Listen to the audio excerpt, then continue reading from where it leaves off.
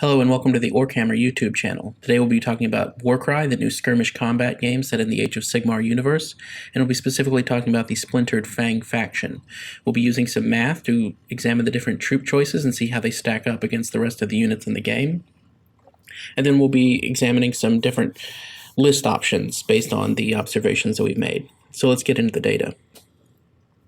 Before I show you the spreadsheet and some of the cell values, there's going to be a lot of colors on the screen, and for a lot of these columns, some of them are subjectively colored, but some of them are, the majority of them are colored based on where the values in there fall in relation to the rest of the units in the game or profiles in the game currently. So as other factions are added to the game, these, how a particular faction scores might change relatively to the others, but roughly things in the yellow and green are pretty much middle line average. And the more red you get, the worse it performs compared to its peers, and the more blue you get, the better the value is in comparison to everything else in the game. So let's flip over. Okay, I typically start these videos talking a little bit about the faction as a whole and then talk about the leader. So I'll say this faction as a whole, I think the strengths here is there's going to be some really good chaff options and cheap infantry. There's actually no real elite choices in this faction. Everything I would put point-wise and capability-wise in the semi-elite or lower. So it's notably, there's nothing in that the really heavy-hitting and really durable category. So you're going to have to make use of, I think a good list for this faction is going to make use of that, of the great lower point value options that you have, and build on that as the foundation. So that being said, the strength in those lower point value options is that they're going to actually be able to deal a lot of damage, whereas a lot of other factions, the cheap troops, can't really hit very hard. So this whole warband is going to be not very durable and actually not even all that fast, but at least it can deal damage when it does get there. So your fundamental trade-off is heavy hitting versus durability and mobility. That being said, it's not. I think all these chaos factions are kind of in the middle of the road. They're not too extreme like some of the Sigmar factions that are brought in. It seems like these are well thought out and kind of evenly balanced. So it's going to be hard to make too terrible of a list with any of these chaos warbands, but I think we can. I think we can optimize this a little bit. So this warband in particular, the tools that it has at its disposal, I think. There's not a lot of this paper, rock, scissors type matchups that I've seen, but this warband comes the closest in that they have tools that are going to help them perform comparatively better against heavy toughness warbands. So warbands that are heavy on toughness 4 and 5, for example, my beloved Iron Jaws, they're going to have a tough matchup against this warband because this warband has great tools to make them to amplify their capabilities against those tougher opponents. All right, so let's examine. We only have one leader choice, so that makes our job a lot easier. He's 180 points. He's not bad. He has a 2-inch weapon that's going to help keep him alive. At least maybe a couple activations of combat, you'll be able to help keep him alive. He's 20 wounds at toughness 4, pretty medium durability for a boss. The price you're paying for that durability, you can see here, points per wound. And if you're new, this is your first video of mine that you've watched, what I've done here is I've broken this out, how durable this unit is against attacks from strength 2, 3, 4, 5, and 6 attacks. And this is based on the average base damage profile, like averaged all the base damages together in the game and averaged all the critical damages together in the game. And then just imagine that this hypothetical average attacker is strength 2, the average attacker is strength 3, and so on and so forth. And this is how many attacks from that would be required to kill this this fighter.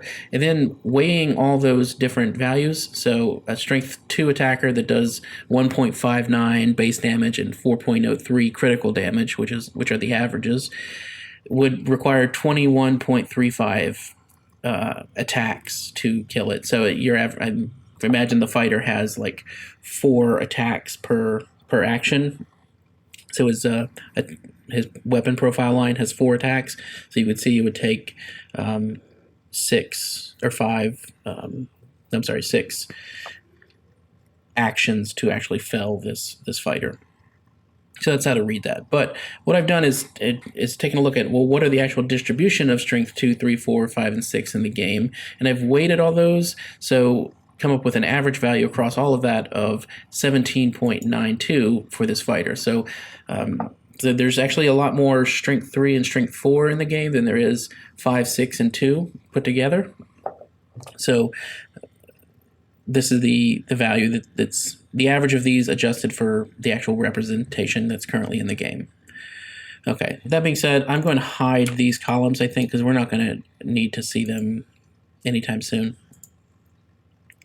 All right, so if you take the points of this True Blood, which is 180, and compare that to the number of attacks to kill, we have a combined metric that takes the cost of the unit and how durable it is in reality on the tabletop. So this is going to factor in not only the wounds, but the toughness value, and we come up with this metric here, the points per attacks to kill. So 10, and you can see this, according to the color, it's below average across the game, and that's pretty standard for a boss. Bosses are usually a little bit expensive in that department, and this one's no different.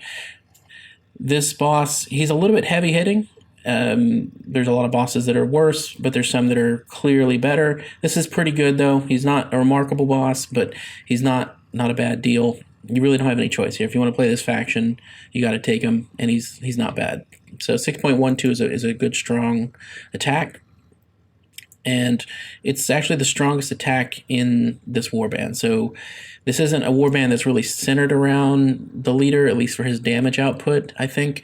But he is still the star when it comes to damage. That being said, I would be very careful in how you use him here, because of his low durability, he's not going to hang around forever. I think I should talk about the rest of the troops, and then when I get into the rest of the troops, we'll flip over to the abilities in a bit, and I'll come back to the leader's ability when I'm discussing the abilities. But just note for now, the leader is not terribly remarkable. He's not. There's other factions like the Unmade, for example, or the Cipher Lords, where the leader of the faction is a real dynamo and kind of the centerpiece. But I don't think the True Blood fits that same category here. We have a strong supporting cast that's probably going to do a lot of our work. I'm going to compare the Serpent Collar, the Pure Blood, and I think I might as well compare our top 2 Venom Blood options. So, because I think when you're going to be talking about list building, you're really going to be comparing things roughly in this point level here, the 110 to 145 is you're probably going to be making decisions between these from a points perspective. And this is where I should note, this video is not about which choices you should make based on buying one box of Splintered Fang. If you want to buy one box of Splintered Fang, you really don't have much of a choice in how you're going to build it. You have a couple little weapon option choices, but I don't think it's really worth a whole video. It's not really going to make too much of a difference which weapon choice you pick. This style of list building that I'm giving you here is a bit more, if you want to get a bit more competitive and really try to maximize your use of points as opposed to maximize your use of actual money to buy various kits. This is where this video is going to get in. So I'm going to do things like compare, a Pure Blood to a Venom Blood with Spear and Shield, because they're only 10 points apart, even though these are things that probably, if you just bought a kit, you're probably not going to be making a decision. The kit comes with one Pure Blood, you're probably just going to build the Pure Blood, and you're not going to think twice about it. So, but if you're just choosing how to spend your points purely on the points level, it's a decision you need to make. Okay, so we have a Serpent Collar, which is kind of, I think, one of the showpieces of this army. He certainly has a really cool look to him with the snake wrapped around him.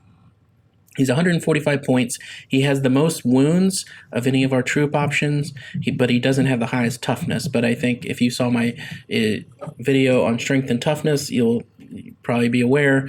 You can do the math in your head maybe. He's going to be the most durable troop option you have. So he's the most durable troop option. He has 2 weapon profiles. He has a 2-inch reach weapon, which is nice, and then he has this 8-inch weapon, which if you saw my best and worst of video, you're already aware of. This isn't very nice. 1 attack, 3 critical.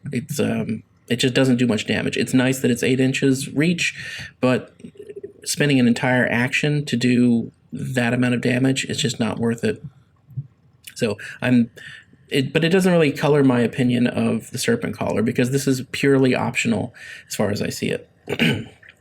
So he's more expensive than the other options here. We have this Pure Blood, which I think he's 2 extra wounds. He's kind of a mid-tier option here, and he's not a bad value for his points, as we're going to see. He has the shortest weapon here, and but his hitting is nice. So 4 attacks, 4 crit. He's going to be a good damage dealer. He's going to deal out the same amount of damage because he has basically the same attack profile as the Serpent Caller, but you are missing out on the 1-inch extra reach of that weapon. The 2 Venom Blood options, they are the same. Weirdly, one of them has a shield and the other one has the barbed whip, but they're both the same toughness value. So it seems a little strange to me. It seems like the shield one should be the one with the toughness 5. I don't know how the barbed whipped guy gets toughness 5 as well, but hey, for 110 points, might as well have the toughness 5 in there. So they're only 10 wounds, so you're really counting on that toughness 5 to help you out in the durability department. Both of these are slightly longer range, 2 inches and 3 inches, very nice. You're going to make a choice here, but the choice you're making between these 2 options is a 25-point difference. So this is a big gap between the 2, and we'll see as we scroll over if it's going to be worth that gap. All right, the extra 1-inch reach version is doing a little bit less damage. He has 1 base damage versus 2, and 2 critical versus 4. So he's basically doing half the damage output of the 2-inch version. So right off the bat, I can tell before we even look at how the math works out on that, for an extra 1 inch, you're getting half the damage output. That doesn't seem great, because if one of these was 1 inch and the other one was 2, the fact that you're out of, being stuck in combat range, I forget what the term was, but that's a bigger deal. But going from 2 inches to 3 inches is slightly less of a big deal. So, but it is cheaper, so we'll see. Okay, let me talk about the runes now. So the Serpent Caller takes Mystic, the Pure Blood is the only thing that takes Brute, and the Venom Bloods take Bulwark, and there's another, one of the Clear Bloods later takes Bulwark, so we'll just examine those now. I'm going to flip over to the Abilities tab and talk about these abilities.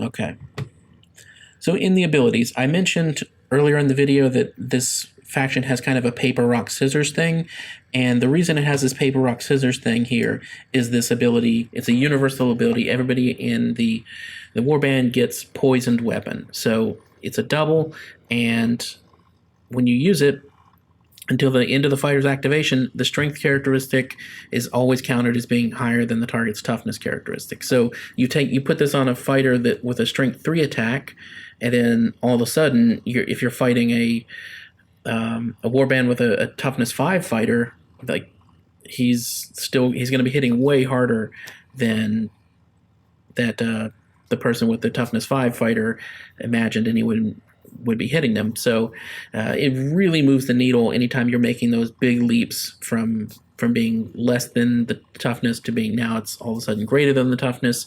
That can be a big advantage. And I've broken down the math so you can see exactly when to use this ability and not.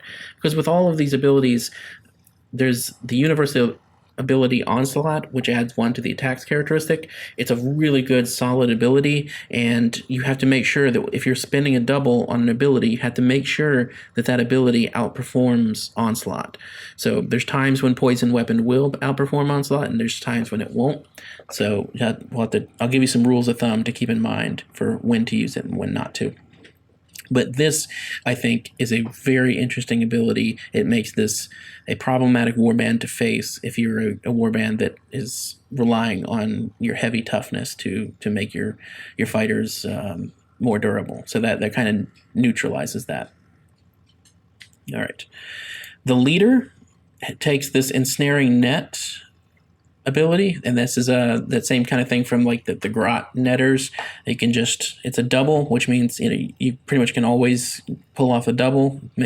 Makes it a very usable and approachable ability. And you can just nullify a move or disengage, so somebody will just be locked into place as long as they're within 3 inches of you. The leader can ensnare them. So very cool thematic ability and easy to pull off. I like it. But only the leader can do it. All right. So I'll start off talking about the Mystic, since that was the Snake Caller ability. So whenever you have a Beast Broom Mark within 4 inches of that fighter, you can make them take a bonus attack action. And this is a triple ability. So this was going to be our Serpents, which we'll cover in a bit. So if you have some Serpents in your warband, then using this Mystic triple can get them an extra attack. It's pretty nice. It's not the strongest triple out there. It's pretty decent, though. If you're going to be bringing Serpents, you might as well take the Serpent Caller and consider using this ability when you get a triple, if you don't need to do a respite or something like that. Okay. The Brute ability, the next one down, which was the one from the Pureblood. So this is a tricky ability. I have kind of mixed emotions here. So this fighters can be able to make a bonus attack action if their attack action has taken down an enemy fighter. So the problem with this is that if you think about it, in order for this to be used at all, that fighter, your Pureblood, is going to have to be engaged in combat. Since there's no move in the middle here, your Pureblood is going to have to be engaged in combat with 2 enemies to make this happen. The problem is that the Pureblood is just not a very durable fighter. He has really good damage output, but he does not have very good durability. So you can use this ability, but just please beware. If you charge your Pureblood into a multi-combat situation, you might not be around long enough to use this ability. So if you happen to end up in a situation, you can, by all means, use this ability. I think I would hesitate to base your strategy on throwing your Pureblood into these crazy situations, just expecting that you're going to get to use Relentless Killer. So this is one of those abilities where it use it if you have to, but I wouldn't put him in a situation just to make use of this ability, because I think that's a suicidal thing to do for him. Okay, so basically anything with a shield in this game, which is the whip. I guess the whip guy must take a shield. I have to re-examine the models a little bit closer, but so the 2 Venom Bloods that we looked at both take this Bulwark rune mark. That's the Fanged Buckler, and this is very similar to a lot of other factions have the same kind of thing. You roll a dice, and on a 3 or 4, they take a point, and on a 5 or 6, it takes the number of damage equal to the value of that ability. So this thing is going to change. How effective this ability is going to change based on what value you choose to use it. So if you only, for example, use it on a 4-up, like a double 4, double 5, or double 6, it's going to be more effective than if you used it at random on any particular dice roll. But even on 1s and 2s, it's still pretty decent. We'll see the math on how it breaks down. Okay. And everything in this faction gets paralyzing venom. This is it's a pretty decent quad. There's certainly worse quads out there. There's certainly better quads out there. I don't really have a way to quantify this because this is anything that has features to make a fighter not move or disengage. I just don't really have a way to quantify that tactical feature. So the adding the damage onto the crits certainly going to amplify the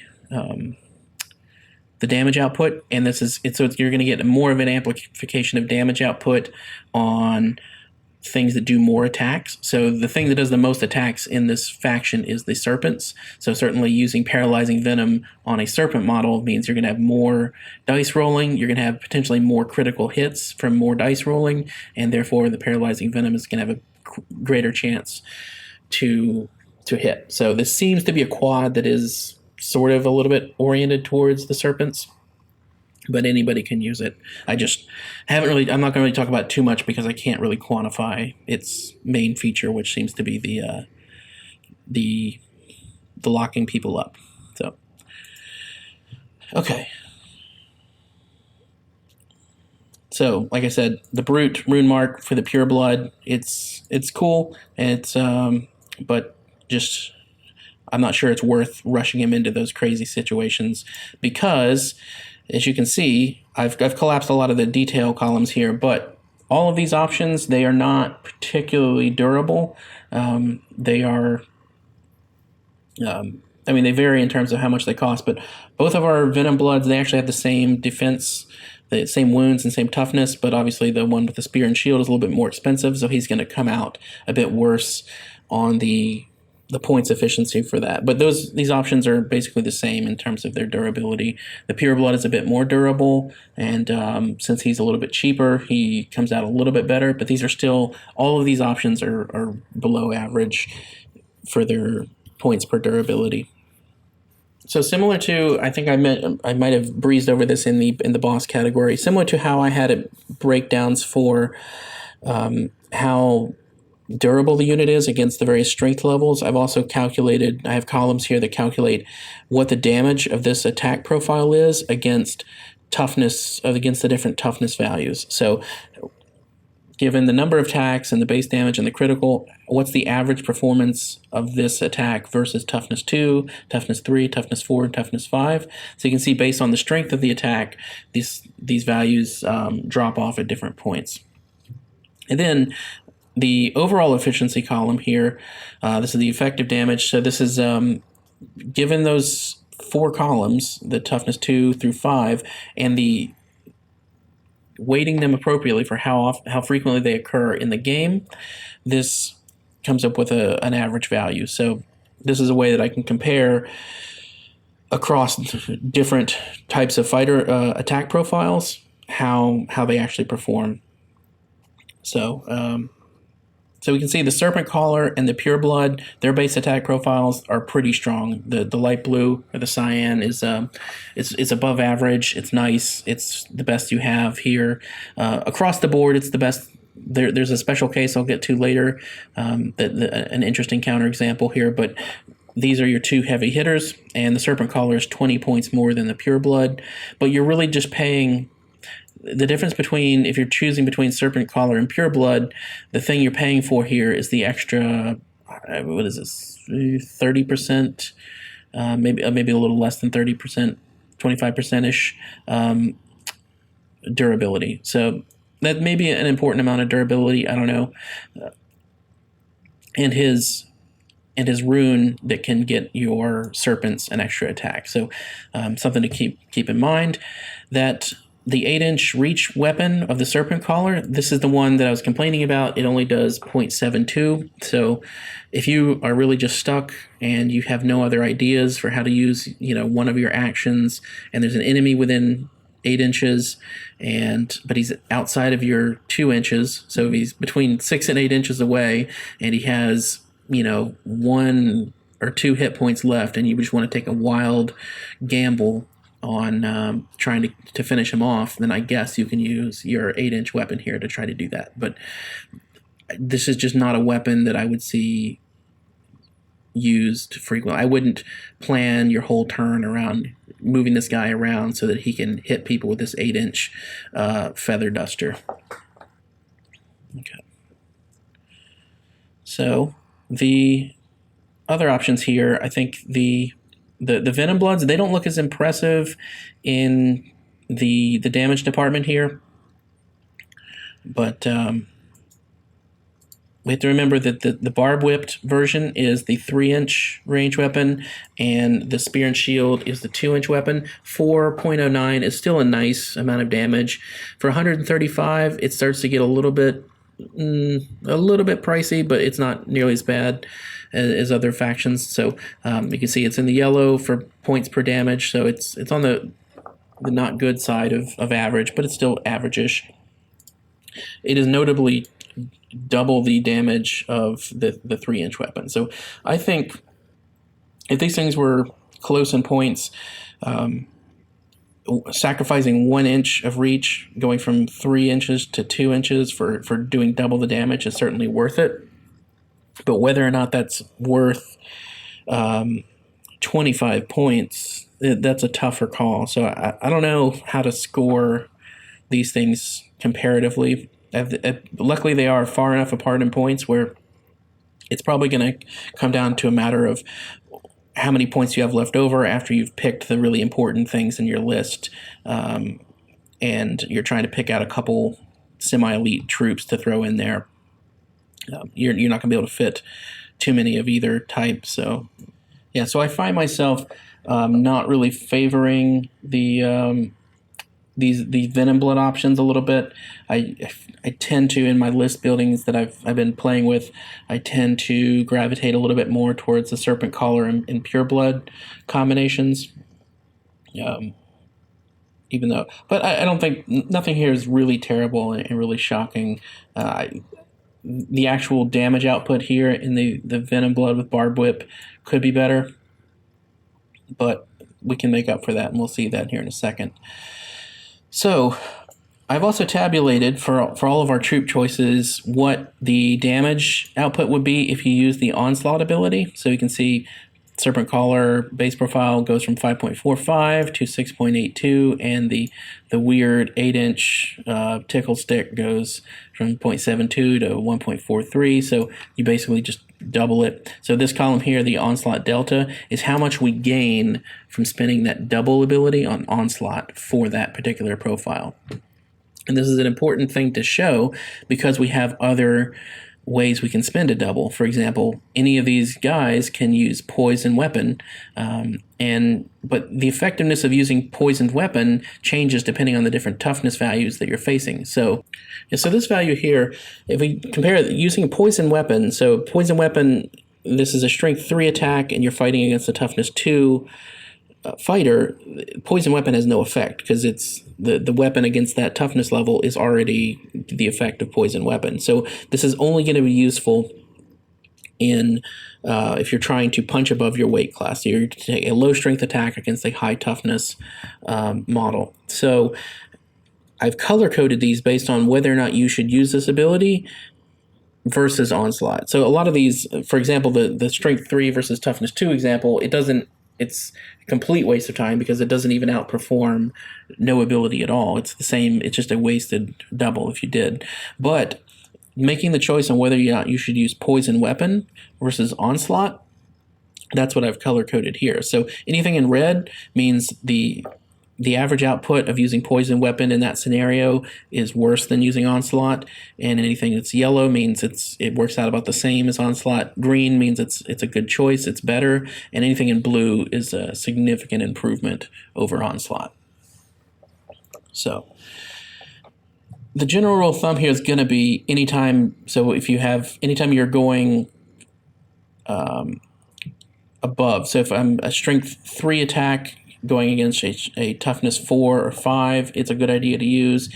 If I was a Strength 4 attack, it's really going to be, I would only use it going against a Toughness 5 enemy. If you go against a Toughness 4, probably most of the time you're going to be, you might be the same as Onslaught, but a lot of times Onslaught's going to outperform you. So I would just save it. If you don't want to memorize all of the tables here, I would just save it for a lower strength than toughness scenario. So, okay. Anyway, notably, it doesn't really.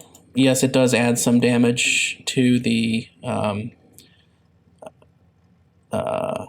8-inch thing, but it's still, this is still terrible. Onslaught is really the best choice if you wanted to try to get eke some damage out of that weapon. You might as well use Onslaught, but using an attack action on that weapon is bad enough, and then wasting one of your doubles is, I don't know, that's just, it's beyond horrifying. I don't ever want to see it in my presence.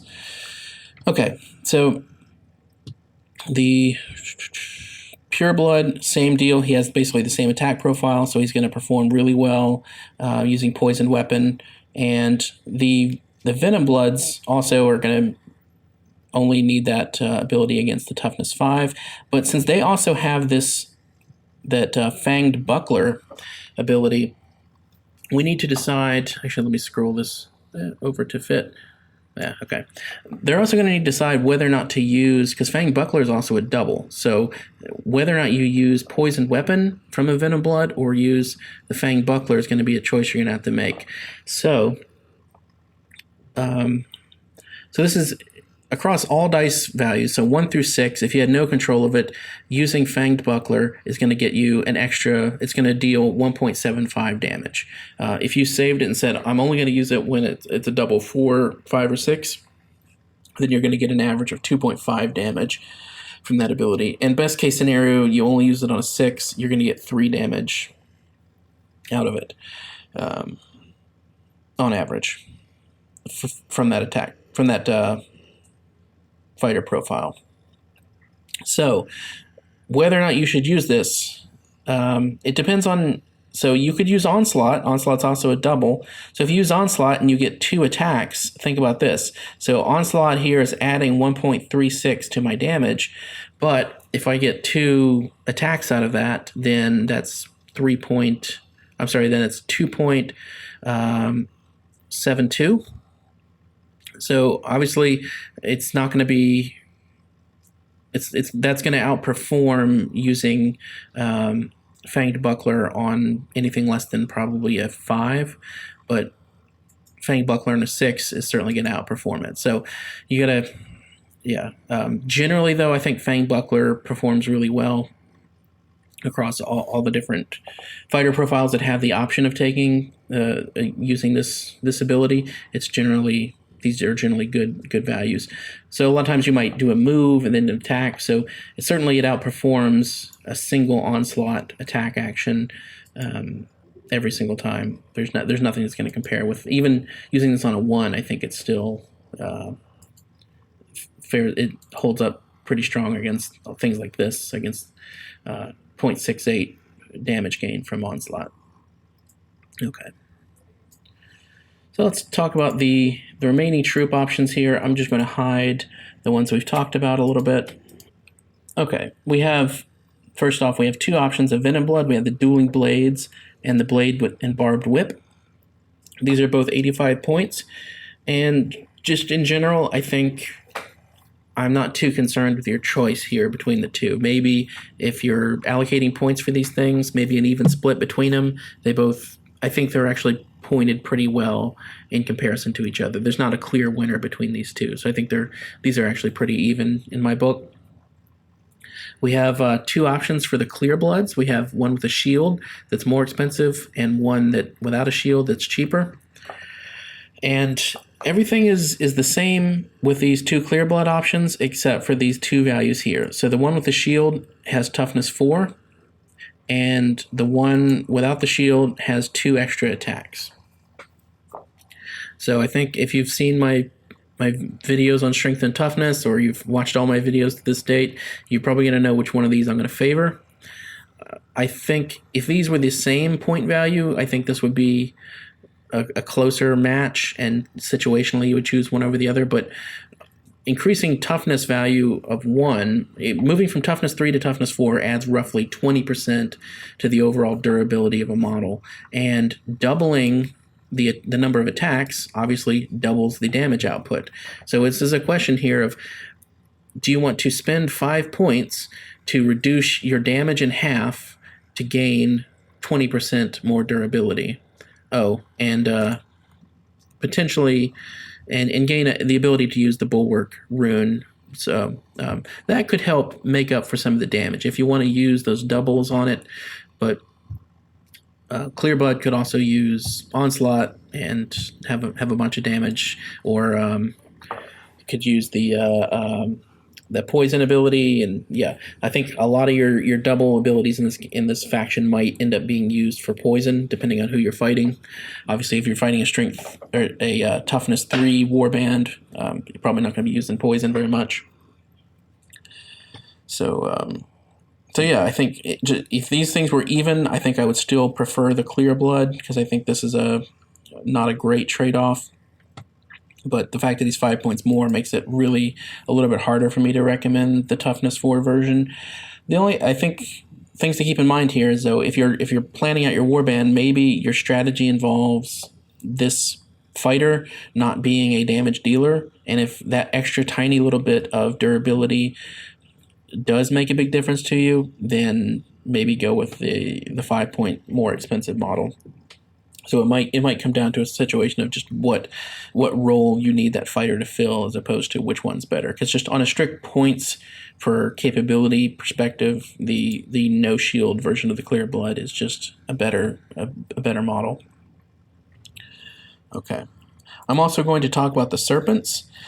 The serpents are 65 points, and if you saw my best and worst of video, you're probably prepared. I think the world of these serpents. You only get one of them in a base pack if you buy the Splintered Fang, and that's a shame, because I can't really. I've tried plotting out many different competitive versions of this warband, and I just don't think it's very competitive to bring any less than like 2 serpents.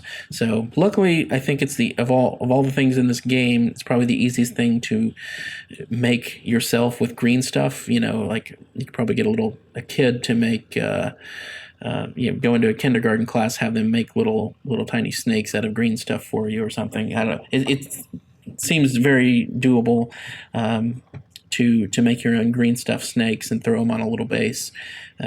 So even if you didn't want to buy a whole bunch of packs, I think you might be able to take multiples of these.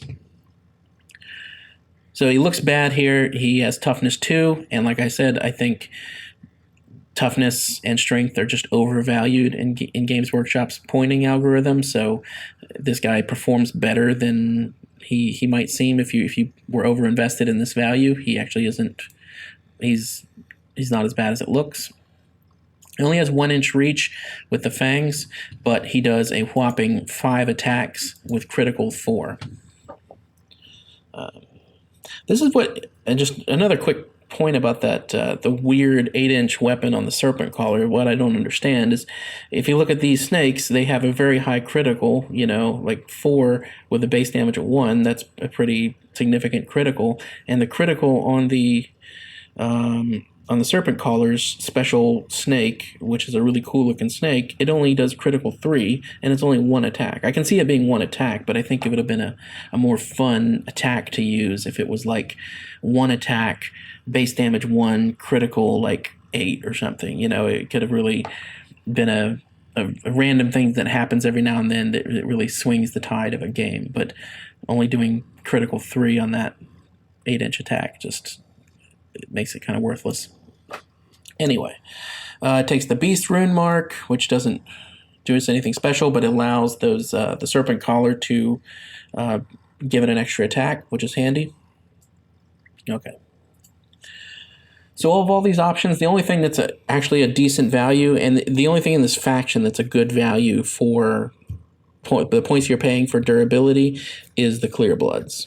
So they're worth it for a durability perspective, and that's notable for this warband.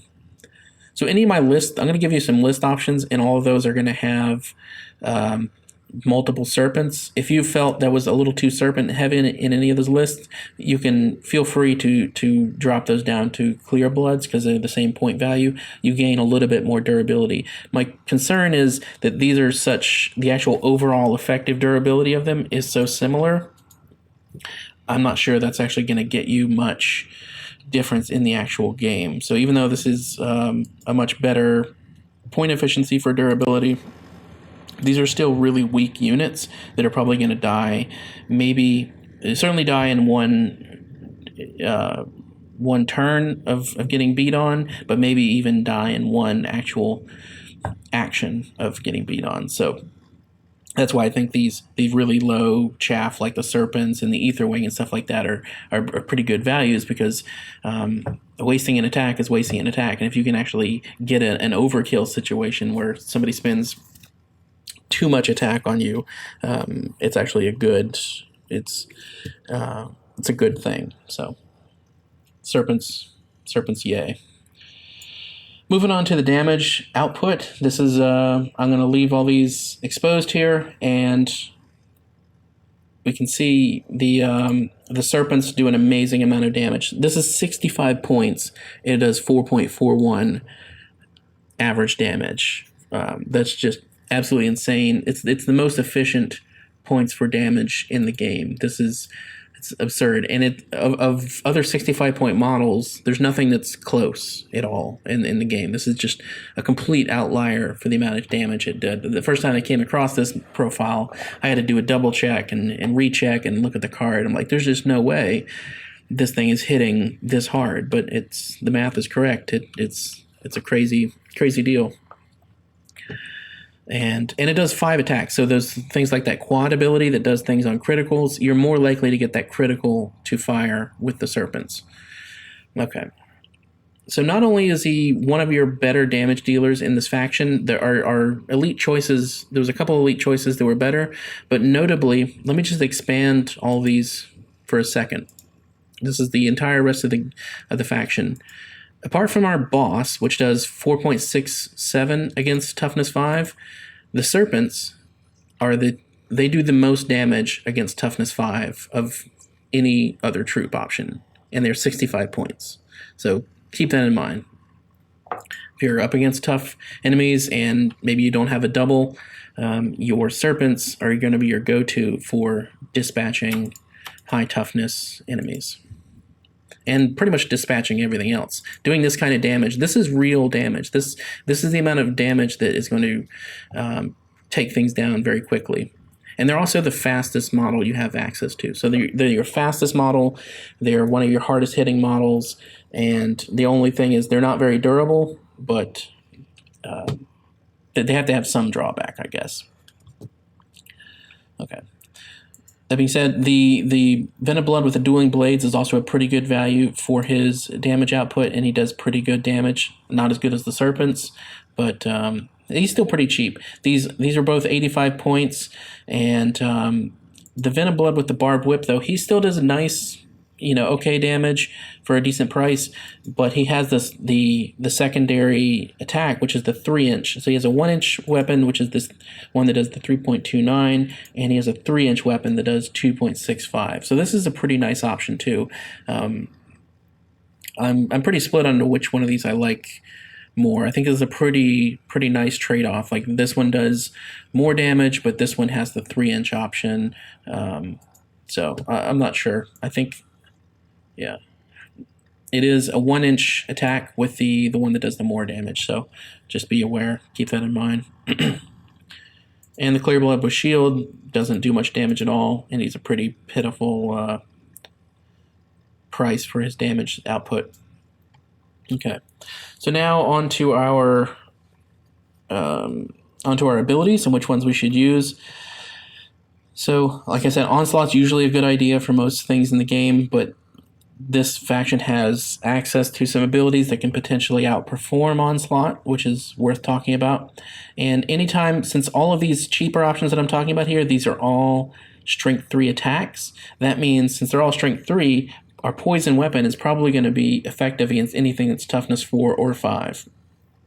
So, the Dueling Blades version becomes awesome against Toughness 5, but the only thing is this Clear Blood but Shield, since he's really hindered by the low number of attacks, making them a little bit more effective with Poison Weapon isn't going to be much of a gain over just giving him more attacks with Onslaught. So this is the area where we kind of, yes, it's better than nothing, but it actually doesn't really outperform Onslaught. So rule of thumb for using Poison Weapon is make sure that the strength is lower than the toughness that you're facing, and then you're probably going to be good. Clear Blood with Shield gets access to the Fanged Buckler ability, and that is going to be a pretty solid win. Since he does really pitiful damage as it is, this is going to give him better damage output. So this damage, you might say, oh well, this is lower. 1.17 is lower than 2. Why wouldn't I use Poison Weapon or whatever? This is extra damage in addition to the normal damage. So how to think about this is if he's normally doing 1.43, maybe you do 2 turns of that, you get 2.86. So you do 2.86 there, and then this is an extra 1.67 done on top of that 2.86. So it's a pretty significant boost, whereas, for example, giving him Onslaught, you're only going to get 0.72 extra damage. If you did Onslaught and then you got two rounds of or 2 attack actions with him, you got 1.44 extra damage. So that's going to be worse performance than using Fanged Buckler on a 4 or better. So the Fanged Buckler helps the Clear Blood with Shield become, if you use that ability, he's not quite as bad in the damage department as he might seem. But that's a double that you have to use on what is, I think, your worst hitting troop in your faction. So I'm not sure he's just a great candidate to use that ability on, to be quite frank. So hope that clears it up some. As you can see, I think my MVP for the faction, if you couldn't tell already, is going to be the Serpents. They're clear winners. They do something that is very rare in this game. They're very cheap and they hit pretty hard. So there's nothing that's competitive with them for the amount of damage they can dish out. And on top of that, they're also your fastest moving troop. So even the fact that they're your least durable troop, I think they're hard hitting, cheap, fast makes up for all the above. So you're going to have a lot of flexible things you can do with them on your different scenarios, and they're just going to be a threat on the table. Like something that's doing 4.41 average damage with all these crazy boosts that you can get hitting toughness 5. Like, for example, let me just scroll back over. If I use Poison Weapon, that thing is doing 5.83 average damage against the toughness 5 enemy. A toughness 5 enemy can't ignore that Serpent if he's doing that. And that's a 65-point model that absolutely has to be dealt with, cannot be ignored. So very happy with those Serpents. Clearly my favorite choice. I think the second, if I had to give a shout out to one additional unit, I think the standard Clear Blood here is the only other thing in this faction that is actually a good value across the board. Everything else has a trade-off, like they're good value in one area and then they're poor values in the other. The Clear Blood is the only thing that's actually a good value in both the damage output and durability.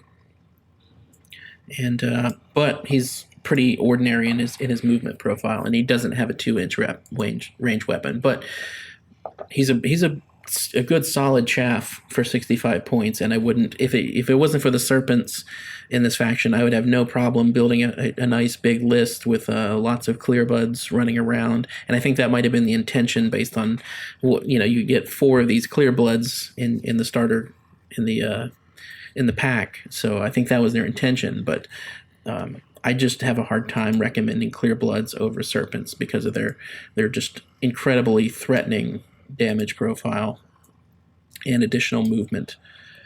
So, okay. So let's move on to list building. I'm going to throw out a few lists, and then I'm actually going to do something I don't normally do. I'm going to also throw out a list specifically to reduce if you didn't want to buy multiple boxes. So I'm going to give you 3 lists. And all these three lists are going to include multiples of the serpent collars and potentially pure bloods and venom bloods and so on and so forth. And every list I'm going to throw out is going to have multiples of the serpents. So I'm not caving on that issue. You're going to have to just deal with these multiple serpents. I think if you're at all serious about Splintered Fang and you've listened to my video this long, you're going to have to start whipping out the green stuff and rolling up some tiny little snakes. So, all right, my first list I'm going to throw out here. I'm going to call for, obviously, a true blood. You don't have any choice there. I'm going to go with 2 serpent collars, 2 pure bloods, 1 venom blood with dueling blades. And in that case, if you wanted to switch it out for the blade and barbed whip, like I said, I'm perfectly evenly split on the 2. I'm just either of those 85-point venom blades. I don't really care. I think they both have their merits. And rounding out the list to a perfect 1,000 points would be 3 serpents.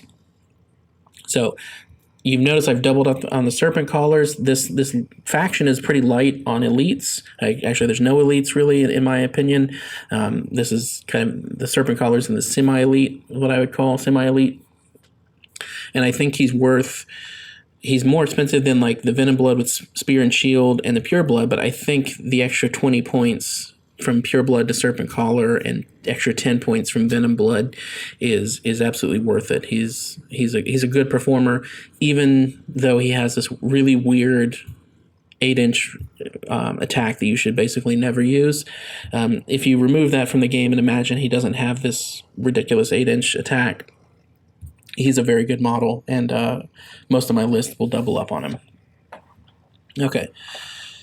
My next list is a little bit crazy.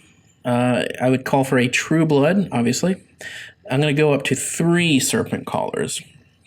I'm getting a little bit crazy, but yeah, that's what I do.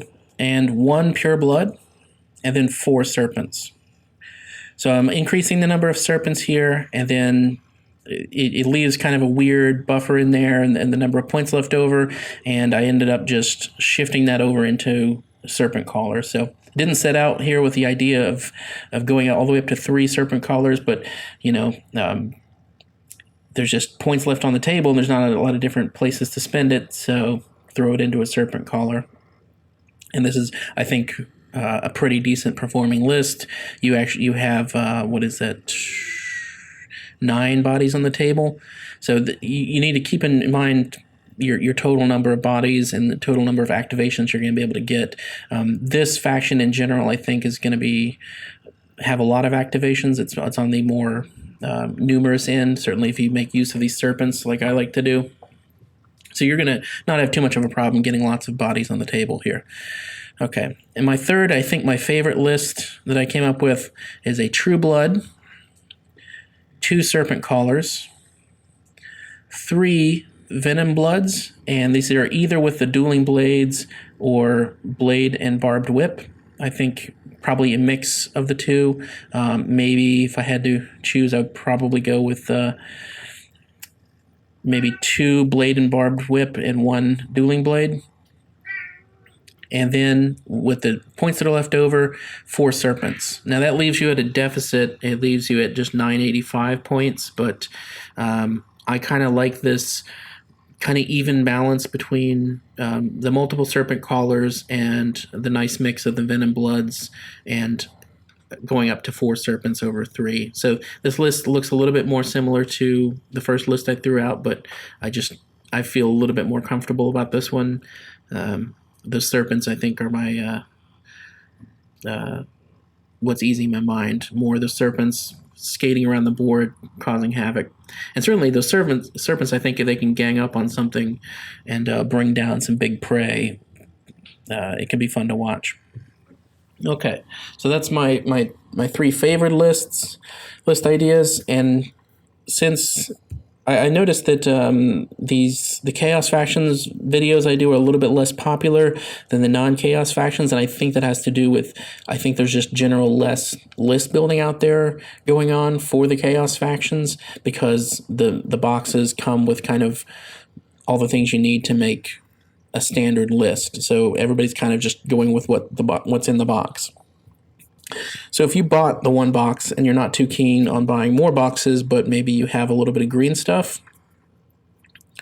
then I'm going to give you a list idea that makes use of just one box. So this isn't, I don't think this list is going to be as competitive as the previous ones, but if you're just stuck on the idea of not giving Games Workshop more than $50 for Warcry, then here you go. So you get your True Blood leader. You definitely make use of your one Serpent Collar. Definitely use your one Pure Blood. I would go with the... so you're going to go with a total of 2 Venom Blood. So one of them is going to be the Venom Blood with the spear and shield, even though I think he's not the greatest point value for what you get. We run into an issue here with just number of points and making them fit. So he's 135 points. I don't think he's the best deal for 135, but whatever. He's not terrible either. So Venom Blood with Spear, and then one of the 85-point Venom Bloods. So either the Dueling Blades or the Blade and the Barbed Whip. They're pretty equivalent in my opinion. And the box comes with 4 Clear Bloods, so I'm going to say take 2 of the 65-point basic Clear Bloods, and then 3 Serpents. So the box only comes with 1 Serpent, so you're going to have to get your hand on a couple more 25 mil bases and a little bit of green stuff, and roll out some extra, 2 extra Serpents to round out your list. I really can't build... I can't think of a great list here without taking multiple Serpents. It's really strange that they only gave you 1. I don't think they foresaw it being as potent as it could be, and I don't know. Maybe they didn't work out the math this way, but I think he's your key to success here. And just using your poison weapon ability to take out tougher prey. And the only thing, so in the rock, paper, scissors of the game, that's not really present too much. This thing obviously is the solution to tougher warbands, but the thing that this warband I think would fall victim to, that you have to be aware of, is there's other low toughness, low strength warbands that move faster, and I think you're going to have a little bit of a problem with that, because you're somewhat low durability across the board and low movement. If somebody's able to, outrange you, you don't have any archery or shooting attacks, you don't have a lot of great movement capability or abilities that help you make up for your lack of fast movement. So I think you're going to struggle a little bit against those type of warbands. But that being said, this is a pretty middle of the road warband, as most of these chaos factions are. So you're going to have a chance against anything. You're just probably not going to be... This isn't a game-breaking faction. This isn't a notably strong faction or anything. It's an interesting warband, but you're probably not going to go out there and just dominate everybody with this thing. It's going to take a little bit of skill, but it's also going to be a little bit beginner-friendly at the same time. So hope you enjoyed it. And coming up next, I believe, will be another of the... Order factions, so either Stormcast or Ideneth Deepkin, and then I'll come back and hit up the another of the Chaos factions. So see you next time.